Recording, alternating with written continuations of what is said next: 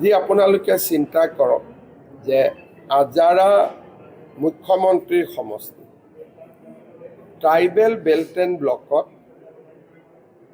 এছাম লোক বহি আছে।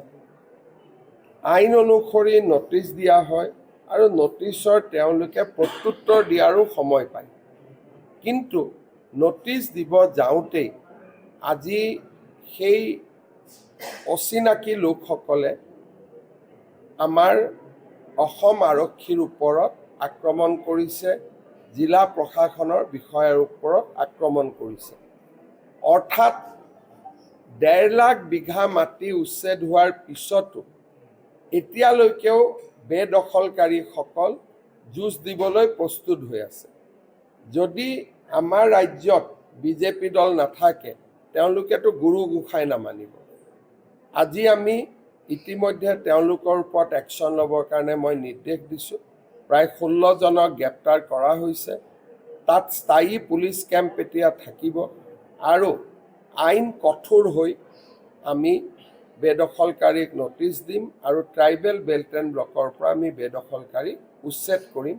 আৰু এই বেদখলকাৰীবোৰ খিলঞ্জীয়া মানুহ নহয়, এওঁলোক চব অচিনাকি মানুহ। এনেকুৱা বিজেপিত ৰিপৰ্ট কাৰ্ড বা এনেকুৱা ধৰণৰ নহয়।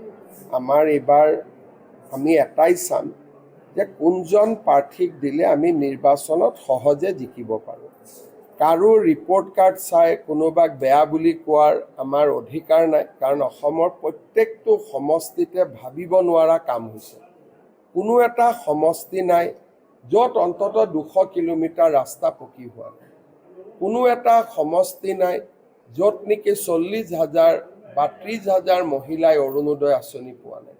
গতিকে কাৰো কাম বেয়া বুলি আমি পৰিৱৰ্তন কৰিব নোৱাৰোঁ, কিন্তু সমষ্টি পৰিৱৰ্তন হৈছে, ST চিট পৰিৱৰ্তন হৈছে, চিডুল কাষ্ট চিট পৰিৱৰ্তন হৈছে। গতিকে স্বাভাৱিকতে কিছু নতুন মুখ আহিব, কিন্তু কোনো ৰিপৰ্ট কাৰ্ড আদি চোৱাৰ কথা নাই। কাৰণ কোনোবাই যদি কামো কৰিব পৰা নাই, ৰিপৰ্ট কাৰ্ডখন চাই তেওঁক কিবা কোৱাৰ আগতে প্ৰথমটো মুখ্যমন্ত্ৰী হিচাপে মই দায়িত্ব ল'ব লাগিব। সেইকাৰণে আমাৰ পাৰ্টিত এনেকুৱা বস্তুটো মেকানিকেলি নহয়, ৰিপৰ্ট কাৰ্ড চালোঁ, A গ্ৰেড দিলোঁ, B গ্ৰেড দিলোঁ, এইবিলাক নহয়। এটা পৰিয়াল হিচাপতে সিদ্ধান্তবোৰ লোৱা হয়। सर पिछले चुनाव में देखा गया ठीक है, कौन अपना हिंदी सुनेगा।